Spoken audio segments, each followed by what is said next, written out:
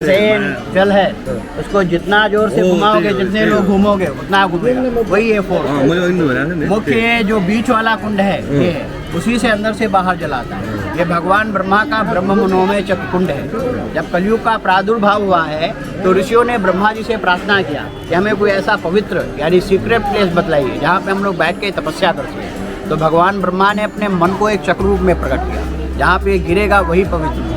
तो वो चक्र ऑल वर्ल्ड में भ्रमण करता हुआ उसकी नेमी बोलते हैं धुरी को, सेंटर पॉइंट को।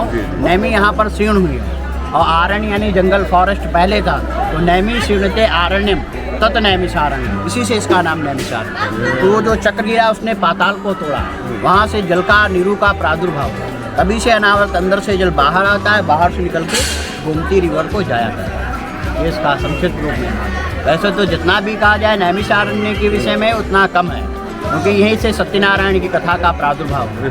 हाँ, जो राजा रामचंद्र जी का अयोध्या में दर्शन करने जाते हैं उसका उद्गम स्थान यहीं पे है।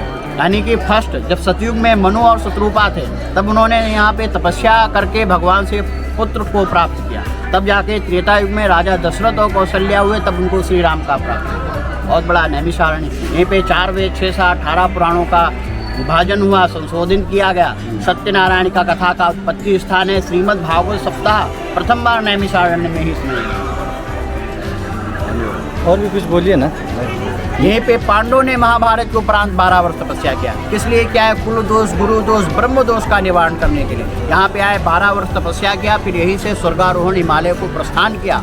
यहीं पर महर्षि दधीचि जी ने अपनी हड्डियों का दान दिया है वृत्तासुर नामक दैत्य का वध करने के लिए। इसलिए जब देवासुर संग्राम हुआ तो वृत्तासुर नामक दैत्य ने काफी उत्पात मचाया। तो देवताओं ने एक प्रार्थना की कि महाराज इसका वध कैसे हुआ? तो कहा कि महर्षि दधीचि जी हैं जो नैमिषारण्य में 88,000 ऋषियों में एक ऋषि है। उन्होंने अपने अंदर इतना तपोबल समाहित कर लिया है कि उनकी हड्डियों से जो वज्र बनेगा उससे उसका वध होगा। तब यहाँ पर आए हैं 88,000 ऋषियों ने, उनसे प्रार्थना की है। इंद्र देवराज इंद्र ने तब प्रार्थना की है, तब उन्होंने अपने शरीर का परित्याग करके उनसे जो हड्डियाँ बची जिससे वज्र बना, जिससे वृत्तासुर नामक दैत्य का वध किया। ये इसका संक्षिप्त रूप में हाँ, जो यहाँ से 12 किलोमीटर मिश्रित तीर्थ है, वहाँ पे मिश्रण हुआ तीर्थ है, यानी 3.5 करोड़ तीर्थों का वहाँ पे मिश्रण किया गया है। तब महर्षि दधीचि जी ने उसमें स्नान किया। जितने भी विश्व में तीर्थ हैं सबको नैमिषारण्य में आमंत्रित किया गया। बोलिए नैमिषारण्य धाम की जय। महाभारत सत्यनारायण स्वामी की कथा और 88,000 ऋषियों को समस्त वेद पुराणों का ज्ञान उपदेश सहस्त्र वर्ष 1000 वर्ष तक दिया। ये पूरे विश्व का सर्वोच्च पीठ वेद पुराणों की उद्गम स्थली व्यासगति। इधर आ जाओ सभी लोग।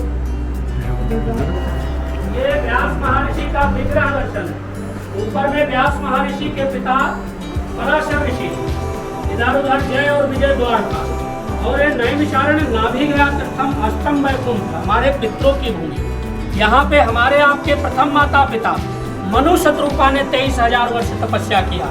मनुष्य का उत्पत्ति नैमिषारण्य से हुआ, सृष्टि का रचना नैमिषारण्य से हुआ। तो ये हमारे पितरों का उदर है। यहाँ पे माता पिता पितरों के नाम से जो भी अन्नदान सेवा देता है नाम गोत्र के द्वारा, उसके पितरों को मोक्ष की प्राप्ति हो जाती है और अन्नदान देने वाले के समस्त परिवार का मंगल कल्याण होता है। माता पिता पितरों के नाम से बच्चों के आरोग्यता के लिए इधर में नाम गोत्र के द्वारा अन्नदान सेवा है।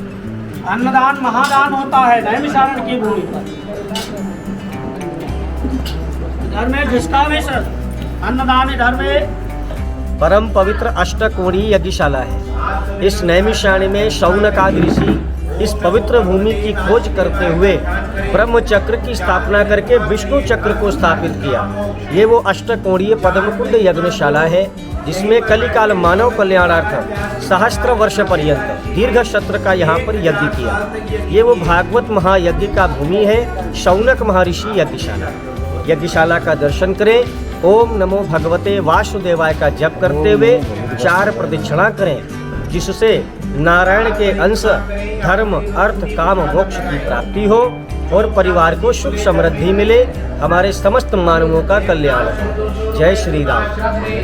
गौ माता के चारे के लिए अवश्य दान करें। यहाँ से गौशाला चलता है ये पितरों की भूमि है। अपने माता पिता पितरों के नाम से क्या नाम है? उमा शाह जी के परिवार से नैमिषारण्य की भूमि पर नेपाल की रहने वाली प्रसन्नचित होकर 101 रुपए का सेवा नैमिषारण्य में गौरव के चारे के लिए किया। ये भस्म प्रसाद है, परिवार में सभी सदस्यों को लगाना। इसी को 2 बाधाओं को 7 डे लगाएंगे। 7 डे